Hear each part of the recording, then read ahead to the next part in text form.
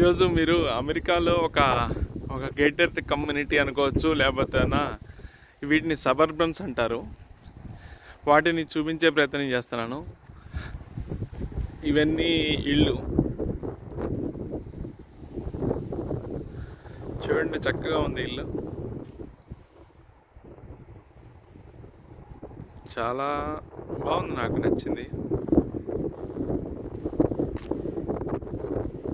చిన్నగా కొన్ని ఇళ్ళు చూపిస్తాను.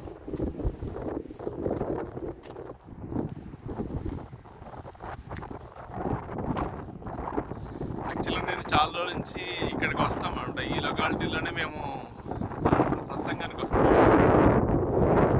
రోజు వద్దాం అనుకున్నాం, చలి పుట్టి బయటికి రాలేకపోతున్నాం. ఇక్కడ ఉన్నటువంటి ఒక ఇళ్ళు నేనేం చేస్తున్నానంటే, నేను వచ్చే ఇంటి దగ్గర నుంచి దూరంగా వెళ్తున్నాను. కొంచెం గుర్తుండడానికి గుర్తులు పెట్టుకుంటున్నాను అనమాట. యాక్చువల్గా నేను చిన్నప్పుడు ఏమైందో అది కూడా చెప్తాను.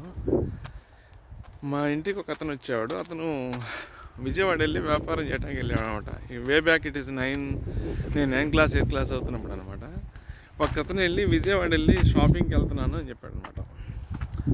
నాకు అప్పుడు ఏమనిపించిందంటే, అన్న నువ్వు విజయవాడ వెళ్తున్నావు, అది సిటీ కదా, నువ్వు ఎలా గుర్తుపెట్టుకుంటావు అని అడిగాను అనమాట. రోడ్లు అన్నీ కొత్తగా ఉంటాయి కదా. అంటే ఆయన ఏం చెప్పాడంటే,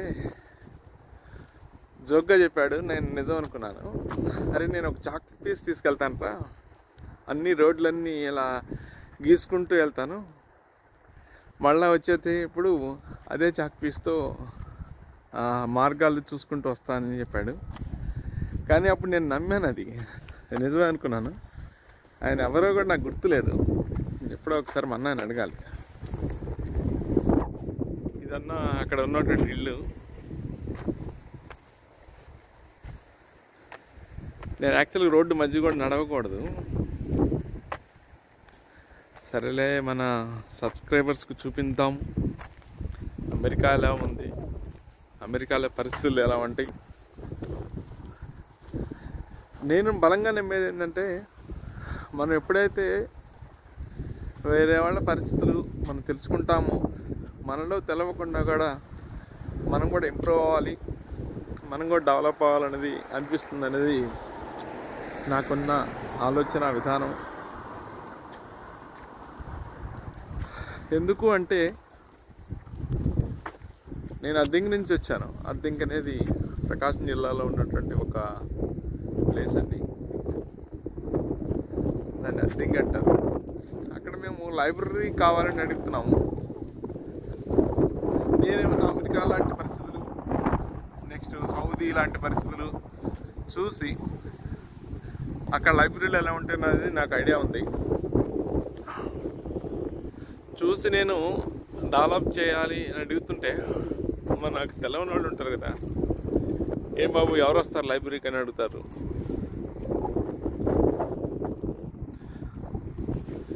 నేనేం చెప్పానంటే, వాళ్ళకి నేను మాట్లాడితే నమ్మరు కాబట్టి అమెరికాలో పరిస్థితులు, అమెరికాలో నెక్స్ట్ డెవలప్ అయిన దేశాల్లో, డెవలప్ కదండి, సౌదీ అరేబియా లాంటి నాన్ డెవలప్డ్ కంట్రీస్లో కూడా లైబ్రరీకి చాలా ప్రాధాన్యత ఉందండి. ఎందుకంటే నాలాంటి మధ్యతరగతి వాడు కూడా అమెరికా రాగలిగాడంటే ఓన్లీ చదువుకోవడం వల్లనే పాసిబుల్ అవుతుందండి. అంటే ధనవంతుల పిల్లలకైతే పర్వాలేదు, మిడిల్ క్లాస్ పిల్లలు ఒక రకంగా వచ్చి సెటిల్ అవ్వాలి, వేరే దేశాలకు వెళ్ళాలి, ఎంత లేదన్నా ఉపయోగకరంగానే ఉంటుంది అనేది నా ఆలోచన అండి.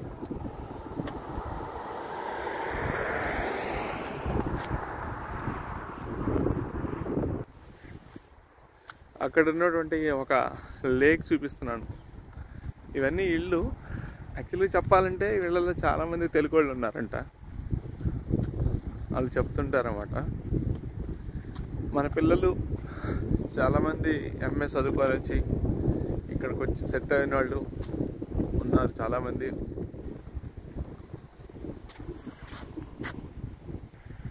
ఇది ఒక సబర్బ్లో ఉన్న ప్లేసు. ఇక్కడ నేను గమనించింది ఏంటంటే, ఎక్కడికి పోయినా ఇలాగా కొంచెం గ్రాస్ మెయింటైన్ చేస్తారు. ఇక్కడైతే ఫౌంటైన్ కూడా ఉంది, చాలా బాగుంది.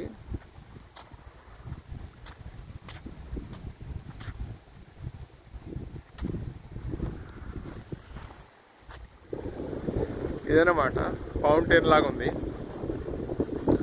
చాలా చల్లగా ఉంది. మరి ఏం చేస్తాం, చూపిద్దాం అనుకున్నాం కదా మనము అమెరికాని. సో దానికోసం వచ్చి చూపిస్తున్నాను. చాలా చల్లగా ఉంది.